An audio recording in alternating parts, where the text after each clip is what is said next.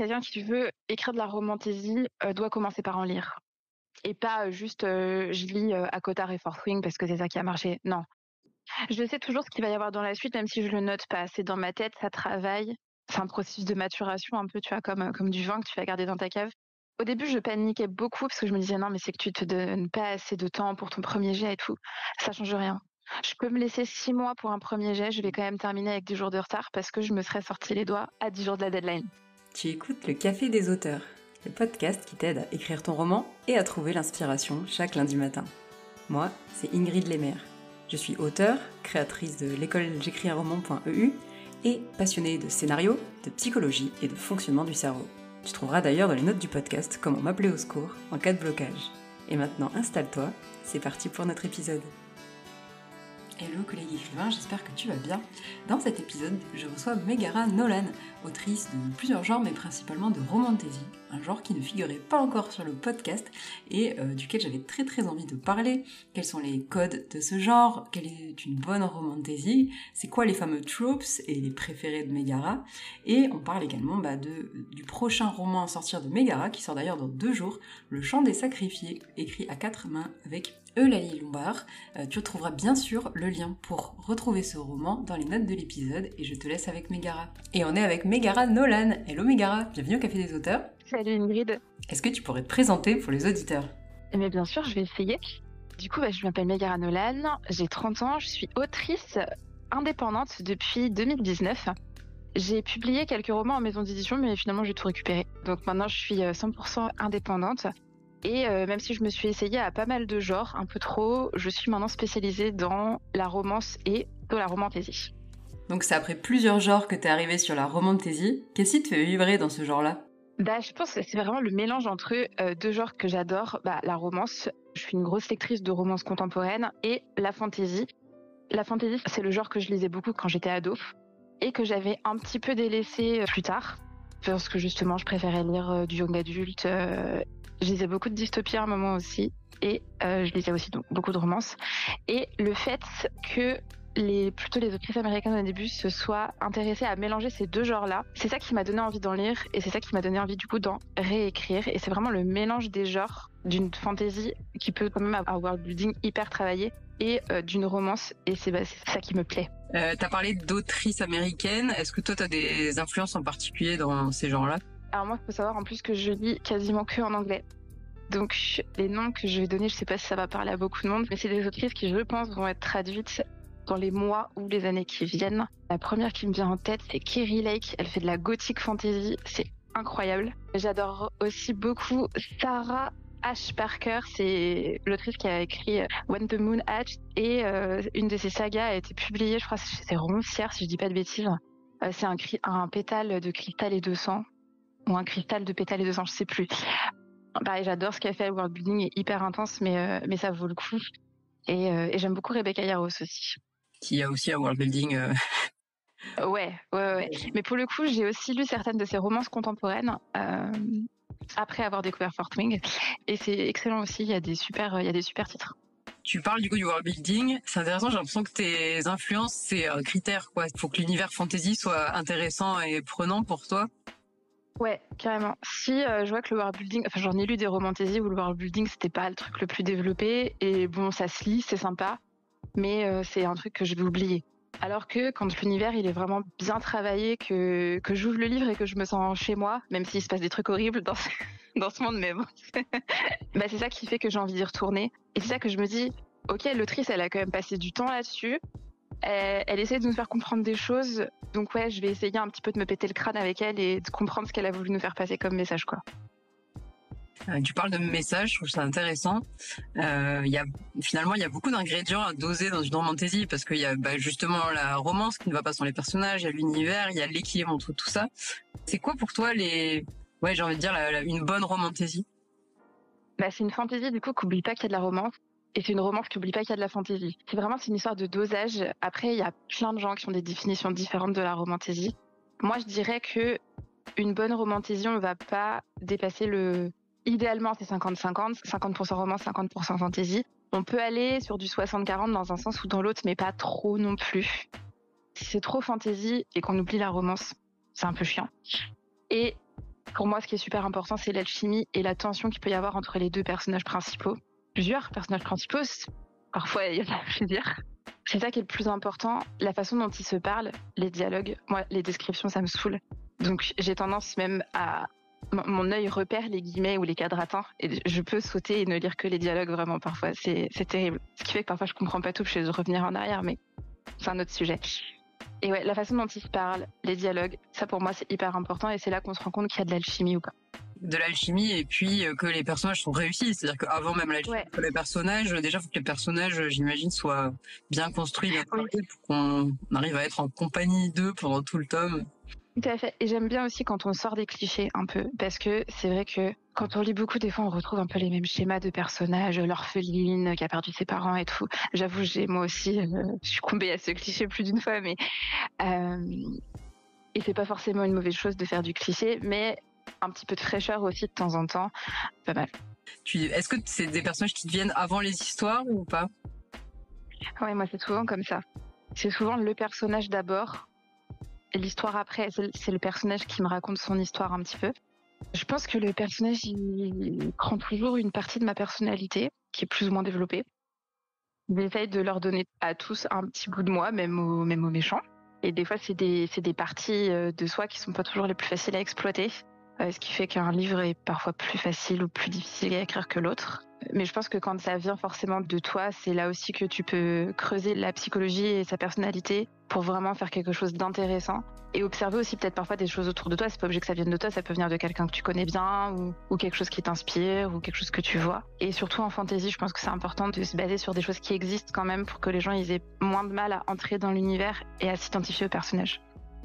Je te rejoins complètement sur le côté où on peut fouiller déjà en soi, on a déjà un réservoir assez impressionnant de choses qu'on pourrait se dire, si jamais il se passait ça, si jamais j'avais tel aspect, je trouve ça c'est une source d'inspiration assez infinie. Et j'aime bien ce que tu dis aussi sur le fait que les gens doivent quand même entrer dans l'univers. Enfin, oui, c'est des univers imaginaires, mais si on n'a aucune porte d'entrée, aucun moyen de connecter avec ce qui leur arrive, ça marche moins bien. Entre justement le dosage avec cet aspect-là qui est très lié au personnage et après l'intrigue et l'univers, comment toi tu équilibres un peu tout ça? Est-ce que tu prépares du coup tes romans avant de les écrire? Ça varie vachement d'un roman à l'autre et surtout la méthode que j'utilise aujourd'hui n'est pas du tout la méthode que j'utilisais quand j'ai commencé. Aujourd'hui, j'ai tendance pour les quelques premiers chapitres à... Non, je me lance, je note rien, ou très peu, et je me lance et je vois ce qui se passe. Je fais ça pendant 5-6 chapitres et après, par contre, j'ai besoin d'un petit peu d'organiser mes idées.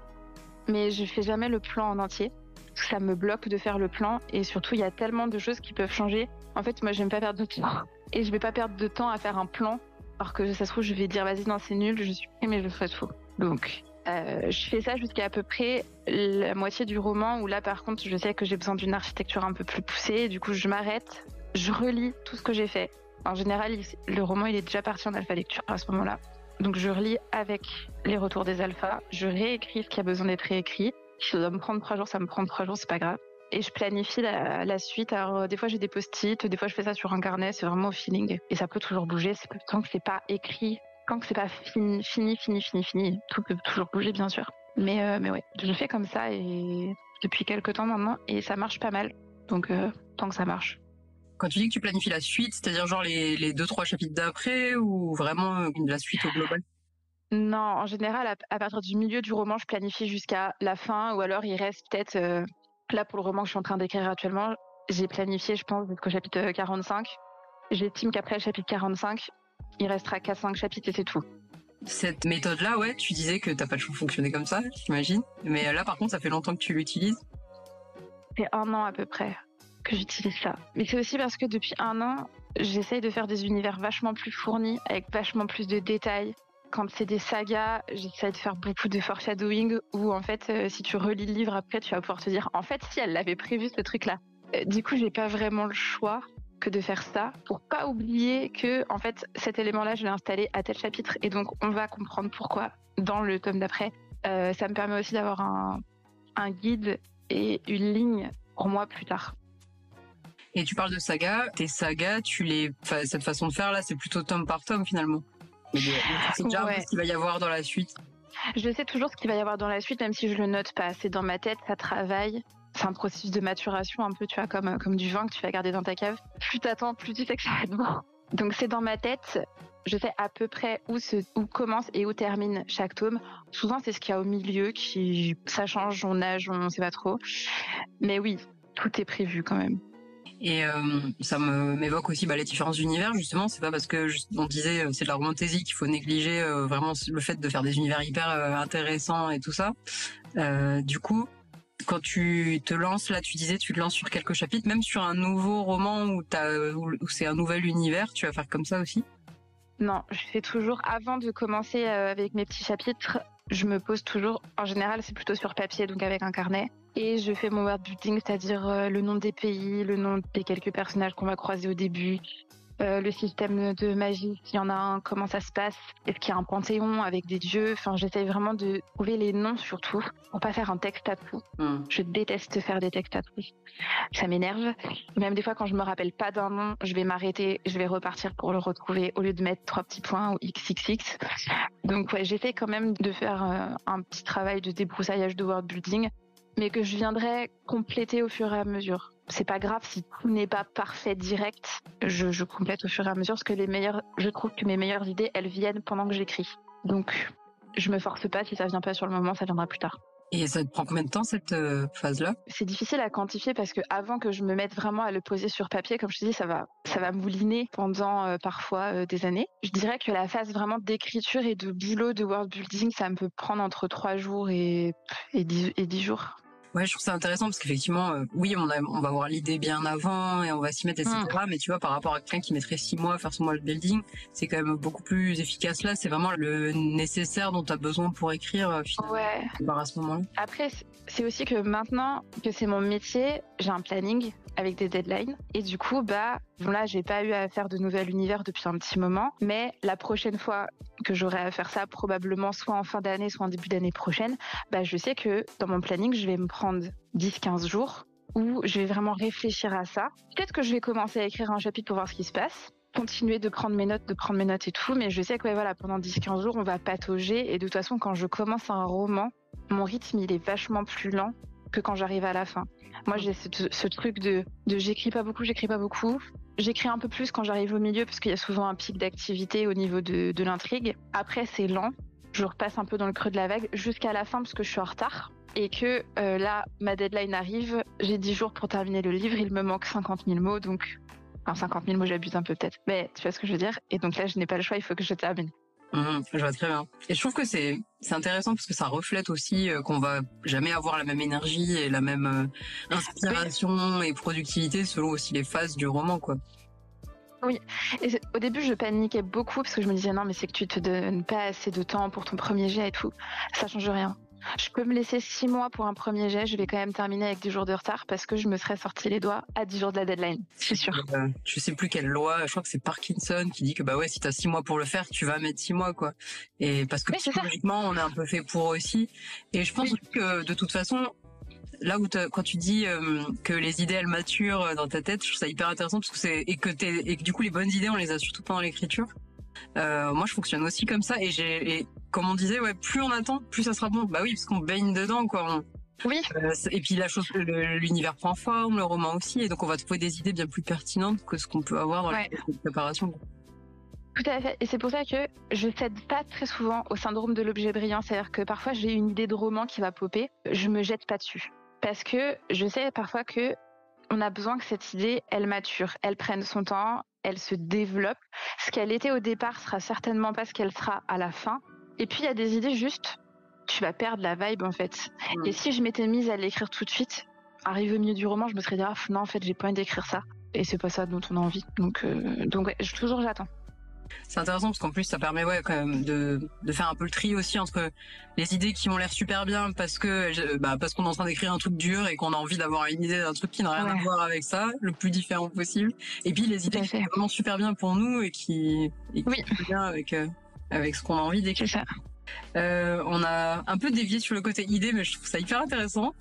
Si on revient un peu à la romantasy et à son schéma, on va dire classique, en romantasy, on parle beaucoup de trope. Alors, je pense avec l'accent anglais. Peut-être que du coup, tu peux nous dire pour les gens qui nous écouteraient, ne connaîtraient pas trop ce que c'est. C'est dur pour moi de définir un trope. Un trope ou une trope, je sais jamais, franchement, il y a des trucs. Moi, je dirais que c'est une tendance, un thème ou un schéma un peu narratif parfois qu'on va retrouver dans un roman, par exemple. Mariage arrangé, c'est un trope. Enemies to lovers, ça on le voit partout, alors que des fois ils sont pas du tout enemies, mais bon, c'est un autre débat. C'est un trope aussi.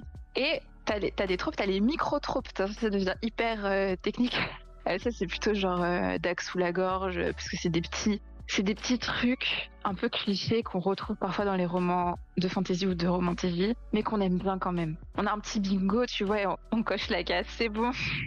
Il l'a menacé de mort, on peut aller se coucher tranquille. C'est drôle parce qu'en plus, ça a l'air un peu cliché comme ça, de dire bon, on va mettre plein de clichés dans notre livre exprès.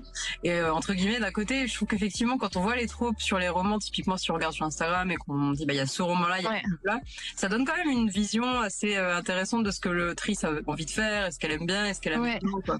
En fait, ça me fait penser à ça, c'est que l'année dernière, j'étais aux Imaginales avec Noémie Bourgois, qui est ma voisine de stand, et vient le moment où on doit pitcher nos romans. Et donc, elle fait de l'anticipation et de la dystopie, donc elle pitch son roman en racontant l'histoire, normal. Et moi, quand je dois pitcher mes romans, maintenant, je dis les tropes. Je dis pas de quoi ça parle, je dis juste les tropes. Et c'est elle qui m'a fait remarquer ça, elle me dit mais tu te rends compte, c'est dingue parce qu'on n'écrit pas du tout la même chose. La façon dont toi tu pitches et dont moi je pitch, toi tu parles pas du tout de quoi ça parle, tu dis juste c'est un childhood friends to enemies to lovers avec un mariage arrangé et la personne elle repart avec le livre pareil quoi.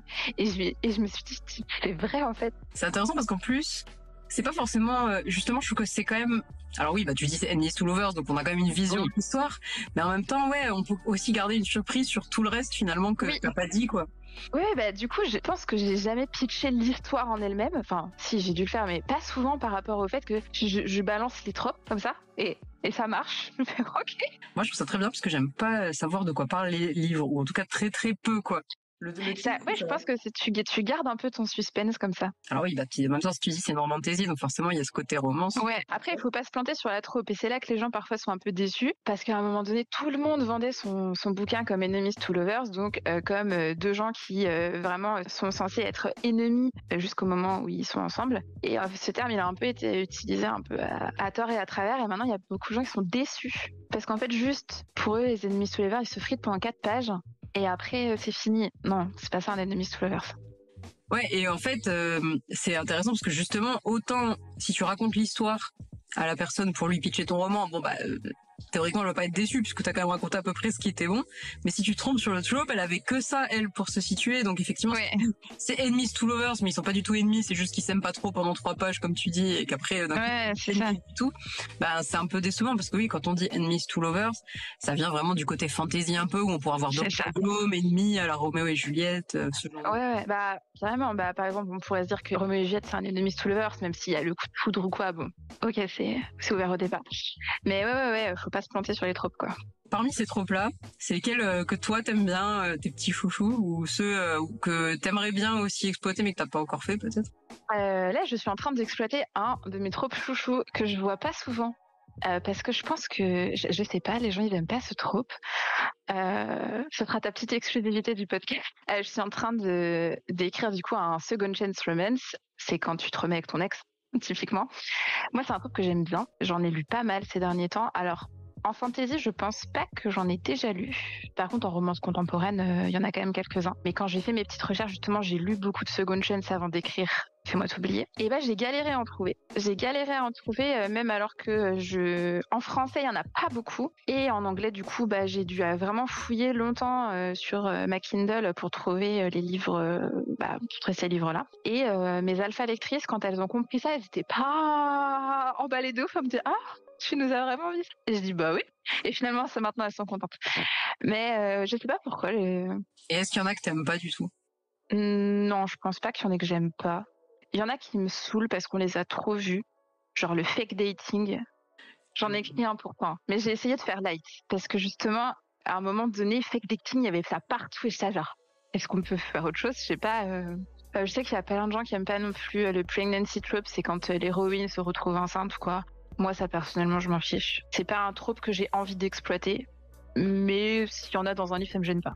On parle des tropes un peu classiques, hein, parce que c'est vrai qu'il y a quand on commence à aller dans les genres plus dark romance, on a des tropes un peu bizarres, on sait pas de ceux-là qu'il est question ici. Ah oui, non, ça moi, là, je parlais des tropes, on va dire, classiques. Peggy, tu vois, on reste, les tropes de dark romance, très sincèrement, je les connais même pas, et ça me tente pas, et tout, non. Ouais, puis je pense que le but là, c'est juste de faire du sensationnel, entre guillemets, enfin... c'est comme ça que je le vois. Je ne connais pas très bien la dark romance, j'avoue, mais ça fait un peu la surenchère de trucs inadmissibles. Enfin. Encore une fois, c'était fait pour dénoncer peut-être. Moi, j'en ai lu une fois une dark romance parce que je voulais comprendre. Et alors, même là, apparemment, c'est ouvert au débat parce qu'il y en a plein qui disent que c'est pas de la dark romance, c'est de la dark fantasy. C'est peut-être que tu connais parce qu'il va être traduit là bientôt en français. C'est Manacled. C'était une fanfiction entre Drago Malfoy et Hermione Granger de Harry Potter. Et donc maintenant, le titre a changé, c'est Alchemized. Ça va sortir fin d'année, je pense, en France. Moi, du coup, je l'ai lu dans sa version fanfiction. Pour moi, c'est une dark romance. Après, voilà, c'est ouvert au débat apparemment, mais bon, c'était pas... J'ai lu, j'ai pas compris, mais bon, c'est mon avis. Voilà, ouais, c'est pas un genre qu'on connaît bien toutes les deux, on va dire. Non. Et c'est très différent, je trouve, de la romantasy, justement. Enfin, la romantasy, les tropes sont vraiment des outils, ouais, un peu scénaristiques aussi, pour un peu une trousse à outils, quoi. C'est pas l'idée de rendre ton histoire la plus scandaleuse possible, comme. Non. Après, parfois en romantasy, t'as des trucs où tu te dis, ok, là, on part quand même un peu dans quelque chose de dark et de dark au sein de la relation. Pour moi, la dark fantasy, c'est l'univers qui est dark, qui est après même peut-être gothique. Pour le coup, j'en ai lu de la gothique romantasy. Le monde était très très très dark. La romance, par contre, ça va, tout le monde est d'accord. A priori, y a pas de problème. Mais tu peux rentrer dans quelque chose de dark au niveau de la romance quand il y a une emprise, quand il y a un des deux qui est sous emprise. Par exemple, typiquement une romance prof-élève. Il y en a un qui a de l'autorité sur l'autre, donc bon, comment tu par rapport à ça? Ouais. Ça m'arrive d'en croiser en romantasy. Ça dépend comment c'est traité après ou comment c'est tourné. Oui, effectivement. Il y a quand même c'est pas non plus tout noir, tout blanc. Il y a un peu une zone grise. Non. Non. Mais en même temps, ça existe, des romances prof-élève, entre guillemets. Enfin, c'est pas non plus dark que ça, on va dire. Et du coup, toi, ta prochaine romantasy à sortir, c'est Le Chant des Sacrifiés. Ouais. Est-ce que tu peux nous en parler? Tout à fait. Alors là, du coup, les tropes. Elle va parler trop. Alors, Le Chant des Sacrifiés, c'est une romantasy qui est un peu dark. Le monde est un peu dark quand même, parce que ça s'appelle Le Chant des Sacrifiés, donc on se doute bien qu'il va y avoir des gens qui sont sacrifiés. Et on va suivre Nova, qui est une jeune violoniste qui n'a pas le droit d'exister puisqu'elle est issue d'une union entre fae et humains. C'est une union qui est interdite dans son royaume. Elle est hybride, elle n'a pas le droit d'exister et quand sa mère se fait arrêter et jeter dans le lac des sacrifiés, elle n'a pas d'autre choix que de fuir. Elle va tomber sur Aran, qui est un fae, et elle va lui sauver la vie. Et donc elle va essayer de lui demander de l'emmener en sécurité. Il est obligé de le faire et ça l'enchante pas. C'est une romantasy grumpy sunshine. Donc lui, c'est un personnage qui est taciturne, limite exécrable. Et elle, par contre, c'est un petit rayon de soleil. Elle est contente de vivre, même s'il lui arrive quand même des trucs horribles.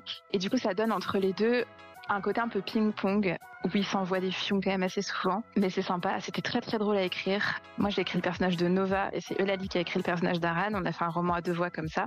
Et on a hâte de les retrouver. On commence le tome 2 là, au mois d'avril, et on a hâte. Ah, chouette. Ah, je savais pas que, du coup, effectivement, c'est un 4 mains, mais vous avez un point de vue. En vrai, c'est le plus simple quand tu fais un 4 mains. Pour garder la cohérence dans les personnages. Ouais, puis même au niveau du style, parce que comme c'est 2 personnages différents, le lecteur, la lectrice va tolérer qu'il y ait une différence de style. Léger, mais quand même.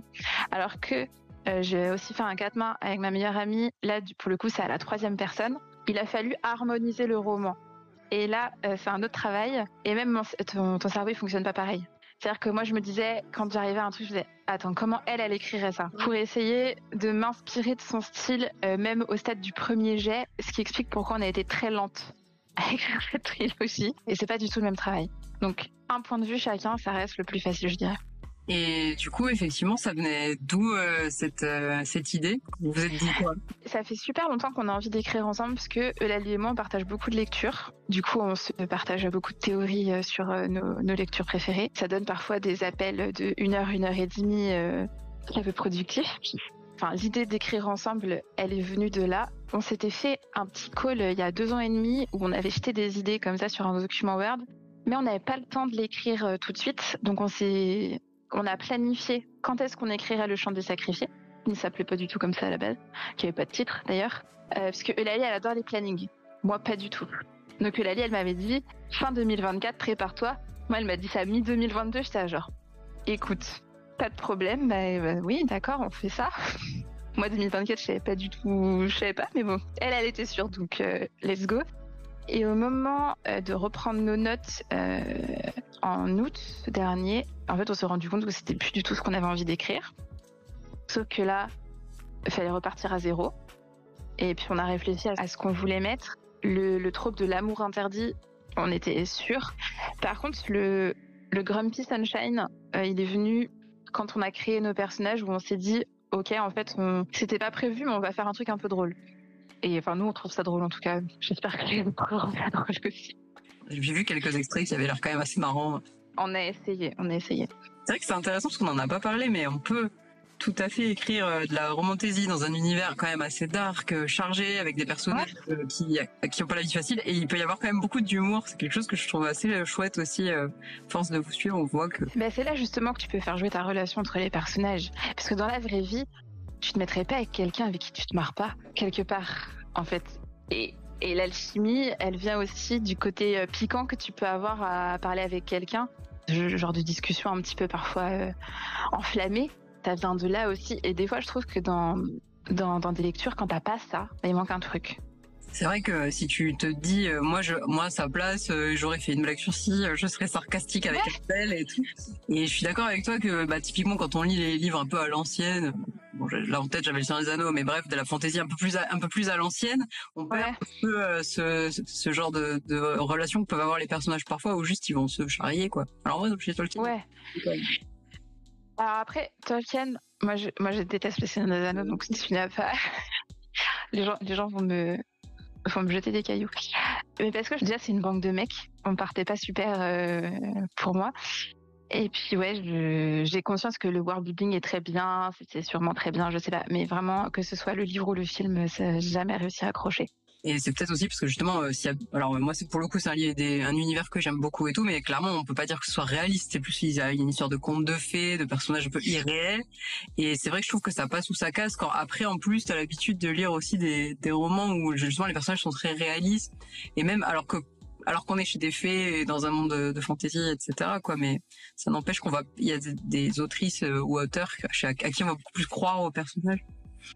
Peut-être. En fait, vraiment, j'ai jamais réussi à m'identifier aux personnages, j'ai jamais réussi à me sentir investie dans leur quête. Mais mon mec a essayé plusieurs fois, parce que c'est un vrai problème pour lui. Je n'aime pas le Seigneur des Anneaux, mais je sais pas, c'est pas mon truc.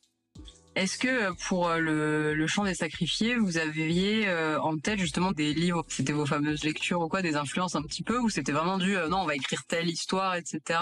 Je sais que moi souvent j'aime bien, tu sais, quand tu pitches par exemple un truc, enfin je sais j'ai eu une super idée de bouquin, c'est Esprit criminel dans un monde où il y a ça.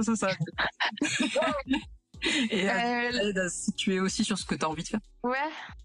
Là je pense, tout de suite ça me vient pas quel livre aurait pu inspirer ça, parce que pour le coup, moi j'ai lu beaucoup de romantasy en 2024, mais Eulalie pas tellement. Non, là comme ça... Non, je dirais qu'on a vraiment essayé de se laisser guider par ce qu'on avait envie de faire. Et puis on a mélangé nos cerveaux, on a essayé de composer avec les idées des unes et des autres. Il y avait des trucs où on était genre non, il faut absolument qu'il y ait ça. Genre moi, quand je lui ai présenté mon idée de lac, on laissait les gens, elle m'a regardé, elle a compris que c'était l'idée de ma vie et elle m'a fait ok. Ouais, faut quand même être d'accord un peu sur... Ouais, moi j'avais les yeux qui brillaient en train de lui raconter vraiment un truc horrible et elle était genre ok, un lac, très bien, je note. C'est génial. Puis en plus c'est très drôle parce que je trouve que ça marche enfin là c'est un 4 mains, donc effectivement vous êtes obligé de les confronter et tout, mais dans tous les cas c'est quelque chose qui arrivera aussi si tu devais expliquer ton roman. Oui. Mais c'est bien du coup parce qu'il y a quelqu'un pour te temporiser quand même, tu vois, il y a quelqu'un pour te dire là on va trop loin, ou là au contraire on pourrait aller plus loin. Et même quand j'écris maintenant, quand j'écris toute seule, il y a toujours une personne en général à qui je vais spoiler le roman. Je vais lui dire est-ce que je peux te spoil ? Et en fait, je parle de mon intrigue. Après, ça peut changer. C'est souvent Eulalie, pour le coup. Et elle, je sais qu'elle fait l'inverse avec moi. Et on se dit vraiment ce qu'on pense de l'idée brute. Est-ce que le trope va être bien adapté, va être bien écrit? Est-ce que ça va servir à l'histoire, etc. On a commencé à faire ça pour se parler de nos fins de saga, parce qu'on avait peur d'aller trop loin toutes les deux, que ce soit trop what the fuck et que les gens nous perdent. Et le problème, c'est comme on est aussi tarés l'une que l'autre, ça a donné genre, meuf, vas-y, c'est génial. Au final, est-ce qu'on a été trop loin? Je ne sais pas. Mais on a fait ce qu'on avait envie de faire et c'est ça qui compte. Mais ça aide d'avoir quelqu'un à qui parler. J'allais te demander un peu les conseils que tu aurais pour un jeune auteur qui se dit, ou une jeune autrice qui se dit let's go, je vais écrire de la romantasy. Mais effectivement, on a parlé quand même déjà de côté envie, je trouve qu'il est hyper important. C'est surtout ça qui va motivant. T'en as peut-être d'autres? Il y a ça. Moi, je dirais que quelqu'un qui veut écrire de la romantasy doit commencer par en lire. Et pas juste je lis à Cotard et Fourth Wing parce que c'est ça qui a marché. Non. Fais-toi une liste de 10 bons romans, plus si t'as le temps, et lis-les. Et essaie de comprendre ce qui te plaît dans ces romans et ce qui te plaît moins. Parce que je trouve qu'il y a quand même pas mal d'auteurs, de jeunes auteurs qui se disent vas-y, la romantasy c'est un genre à la mode et c'est facile de tomber dans ce biais-là. C'est un genre à la mode donc je vais écrire de la romantasy ou, pire, je vais dire que c'est de la romantasy alors que c'en est pas. Ça m'énerve. Alors, on m'a déjà expliqué dans tout le podcast comment c'était de la romantasy.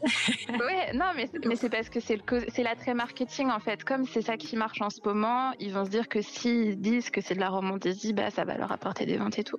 Bah si ça marche, tant mieux. Mais moi, typiquement, si on me dit que c'est de la romantasy et que j'ouvre le truc et que je m'aperçois que c'est juste de la fantasy, ça va me saouler. Ça va me saouler. Et même si le livre il est très bien, bah je mets pas de sale note, mais je vais râler parce que c'est pas ce qu'on m'a promis. Donc je pense que c'est vraiment ça le conseil que je donnerais à quelqu'un qui veut écrire de la romantasy ou n'importe quoi. Tu veux écrire un thriller, bah bouffe du Stephen King ou peu importe quoi. Mais si tu dois écrire dans un genre, lis-en. Ouais, puis justement, lire t'as raison, je trouve, de dire que oui, bah, c'est pas parce qu'on a bien aimé à Cotard qu'on aimera des tas d'autres romans. Ouais. Son style aussi, qu'est-ce qu'on n'aime pas. Ouais, à Cotard, c'est très particulier parce qu'en plus maintenant elle a fait un multivers et tout. Mais il y a des gens qui ont kiffé à Cotard qui ont pas aimé Fourth Wing, il y a des gens qui ont aimé Fourth Wing qui ont pas aimé à Cotard. Je parle de ceux-là parce que c'est les plus gros succès de romantasy de ces dernières années, mais il y en a d'autres. Et aussi, tu peux aller plus loin dans le côté fantasy, tu peux aller plus loin dans le côté romance avec d'autres titres qui sont peut-être moins connus. Si l'auteur ou l'autrice plutôt qui souhaite se lancer dans ce genre-là, sait lire en anglais ou peut lire en anglais, bah c'est peut-être bien aussi d'aller voir ce qui se fait de ce côté-là parce qu'ils sont quand même un peu en avance sur nous. Mais je trouve qu'ils vont plus loin. Ils vont plus loin dans le world building, ils vont plus loin dans la romance. Je remarque aussi, c'est un constat que je fais, que les romans qui sont traduits anglo-saxons sont beaucoup plus longs que les romans francophones et tout, parce que je pense qu'en France, on va se limiter beaucoup. Genre, on se dit, vas-y, 90 000 mots, c'est déjà bien. Je sais pas si vous avez vu la taille de Fourth Wing. C'est pas 90 000 mots. Hein. Mais je pense aussi que ça a fonctionné aussi bien parce qu'on a le temps d'apprendre à connaître les personnages. Ouais, c'est une brique. Sûrement, le truc fait 250 000 mots. Mais il y a matière à ce qu'on soit immergé dans le récit. Et c'est ça qui est cool aussi, quoi. Même le côté saga, hein. Enfin, je trouve qu'effectivement, un tome, c'est quand même pas beaucoup quand il y a tout un world building. Justement, c'est le principe un peu de la fantasy. Ouais. Ça s'applique tout à fait à la romantasy aussi, de se dire, quand tu lis dans le tome 3, des trucs qui t'apprennent ce qui s'était passé dans le 1, c'est quand même génial. Oui. Même, enfin, Harry Potter ou quoi, c'était des sagas qui étaient hyper longues. En fait, on s'en rendait pas compte, mais je crois que c'est l'Ordre du Phénix, le tome 5, qui doit faire 250 000 mots. Ah ouais, non, j'avais pas ça en tête. C'est vrai qu'il est long. Mais on se rend pas compte en plus parce que nous, quand on a lu ça, on n'était pas encore autrice et on n'avait pas la moindre idée de ce que ça représentait 250 000 mots. Aujourd'hui, on sait. On a déjà abordé pas mal de choses. Je voulais te demander du coup quels allaient être un peu tes futurs romans. Alors sans nous dévoiler trop, mais tu pars dans quelle direction? Cette année, je termine. J'ai l'impression que tous les ans, je dis ça. Tous les ans, je dis cette année, c'est une année de clôture. Mais en fait, non. Cette année, je termine ma saga de romantasy pirate avec Quête de l'Atlantide, A Throne of Salt and Sand. Il y a le tome 5 qui sortira en fin d'année. C'est le dernier. Après, je ne veux plus qu'on m'en parle. Donc ça, c'était un très gros projet. Il y a Le Chant des Sacrifiés, du coup, tome 1 qui sort le 5 mars.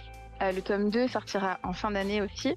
Le Fais-moi t'oublier, qui est le tome 3 de ma saga Fais-moi, sortira en mai. Et en juin, juin-juillet, je republie ma saga de Dark Fantasy Young Adult, Chasseuse d'âmes, qui a été écrite avec Priscilla Oscar, qui était publiée chez Explorer Edition jusqu'à il y a peu et qui n'est plus publiée maintenant, puisqu'on a récupéré nos droits et elle ressort cet été. Merci Megara pour tous ces bons conseils sur comment écrire une bonne romantaisie. On mettra le lien vers le Chant des Sacrifiés, mais également tes autres livres dans les notes du podcast. Merci beaucoup d'avoir écouté cet épisode jusqu'au bout. S'il t'a plu, tu peux me laisser une note sur Apple Podcast ou Spotify, ça m'aidera énormément à faire connaître le podcast. Et si tu souhaites me poser une question sur l'écriture, me donner ton avis sur l'épisode ou juste écrire avec la communauté J'écris un roman, rejoins-nous sur j'écrisunroman.eu/hello. À la semaine prochaine!